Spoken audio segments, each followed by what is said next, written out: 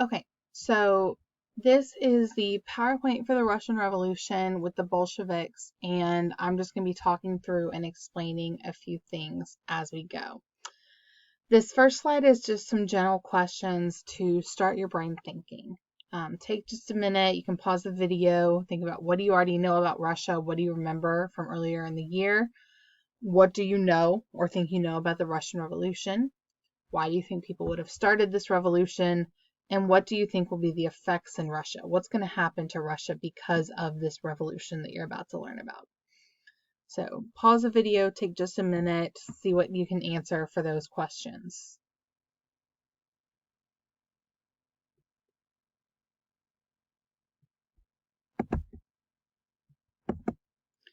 All right, so we're going to start by looking at some of the causes. As with all events in history, there are many, many, many causes, but we're going to focus on some of the main ones. One of the causes was the Tsarist policies.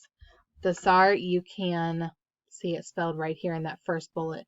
There's two spellings that get used sometimes. Tsar is the most common spelling in Russia, but sometimes you see it translated as Czar as well. It's essentially the Russian word for Caesar or emperor. The Tsars were autocratic. They were definitely still absolute monarchs, very harsh in their governing, and very resistant to change. The people in Russia saw changes happening in Western Europe, wanted those changes to happen for Russia, but the Tsars were unwilling to change. Russia was starting to industrialize, but unlike other nations in Western Europe, they were a little bit behind.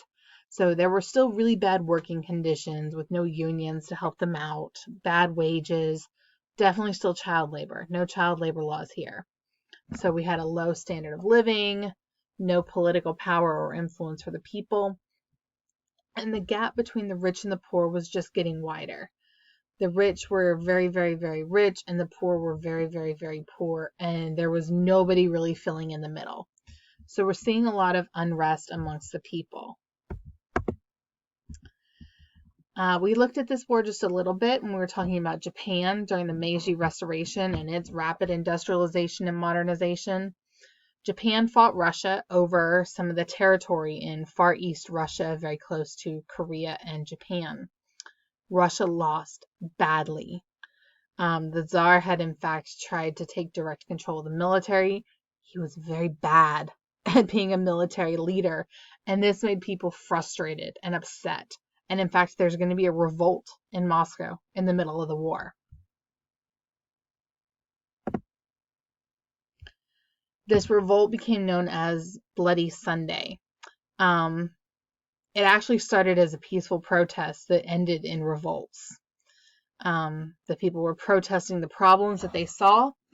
It ended with strikes and violence all across Russia.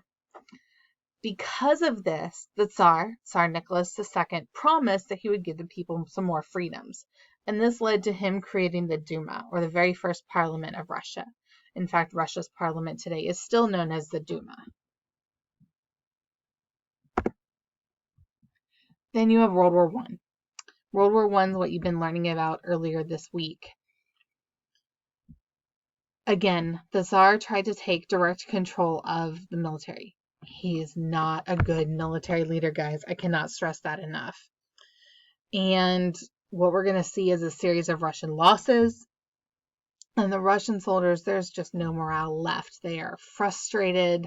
They have no confidence in their ability to win.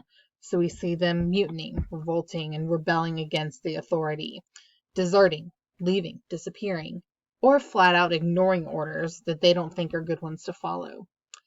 Guys, that's a bad thing for a military during a war. You've got to keep order, otherwise everything falls to pieces. And that's what we're starting to see happen with the Russian military during World War I. So the Russian Revolution, as we're looking at it, kind of takes place in two parts. There's the February Revolution and then the October Revolution in October, November-ish. It overlapped. The first revolution was in February to March of 1917. In this, the Tsar was forced to abdicate the throne. He was forced to give up his throne and essentially go into exile, house arrest. The Bolsheviks under Lenin were leading this revolution just like they would the next one. Eventually, we're going to see that Romanov family executed. For any of you who have seen the movie Anastasia, this is that time period that movie starts during. But Anastasia did not actually survive in real life. The entire family, all 4 daughters, mom, dad, and the boy were all executed. A provisional government is set up under Alexander Kerensky. They decide to try to stay in the war and make it work. Bad choice. It's not going to help the morale in Russia, and Russia's not going to do any better in the war.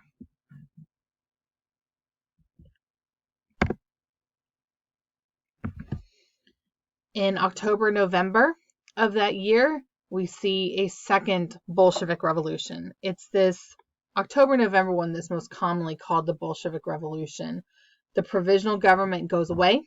The Bolsheviks take complete control of Moscow and therefore Russia under Vladimir Lenin. And Lenin's slogan with the Bolsheviks was peace, land, and bread. He promised that he'd provide peace, get them out of World War I, land for the peasants. They didn't own their own land. And bread, provide food. There was a food shortage at the time. For those of you who watched the video at the beginning of the module, this is that slogan that they're talking about. Peace, land, and bread.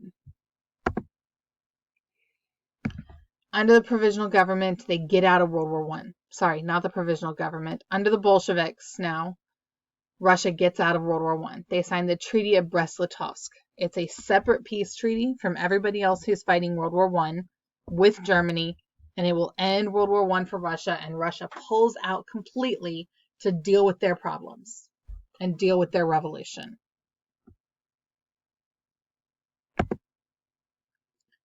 Shortly after pulling out of World War I, a civil war erupts. The civil war is between 2 groups known as the Reds and the Whites.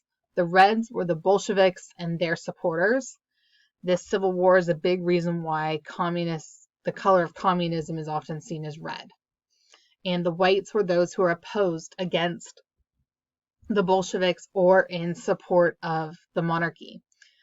The United States and other Western countries provide some aid to the white armies during the Civil War because they were more in favor of what they knew versus brand new radical government coming into power. But the Reds win. The Bolsheviks win this Civil War overwhelmingly. Millions of people die during the Civil War, either from the fighting, destruction of crops, famine. Absolutely obliterates any public opposition to Bolshevik rule in Russia. If someone's got a problem, they're not saying it out loud in Russia anymore. And Russia will officially become a communist country under the Bolsheviks. The Bolsheviks renamed themselves the Communist Party. Some of the people to remember during the Russian Revolution. Leon Trotsky, he was one of the guys who helped negotiate that treaty that pulled Russia out of World War I. Vladimir Lenin, probably the most important. He was the leader of the Bolsheviks, heavily influenced by Karl Marx, that second person on this slide. Karl Marx, if you remember from Unit 7, he wrote the Communist Manifesto, where he said that the working class would rebel against the upper class. That is part of what we're seeing here in the Bolshevik Revolution. And Lenin and the Bolsheviks are very much influenced by Marx's communist ideas and try to implement it in their government that they're going to be creating. Lenin starts a new economic policy after the Civil War. Peasants are now allowed to sell their crops. Previously, if peasants had extra crops, they just went to waste. Now peasants are going to be allowed to sell their extra crops and make some money for themselves. There will be a little bit of private ownership of businesses, so it's not full-fledged Marxist communism where the government owns everything. and we do start to see a slow recovery of the economy.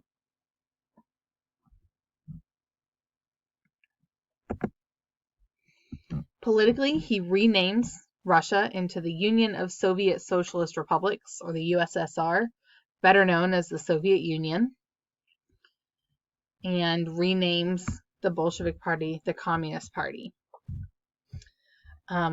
Later, as we move into the years between World War I and World War II, we will look at the rise of Joseph Stalin and his version of communism for the Soviet Union, and what that will mean for the world going past that World War II and into the future.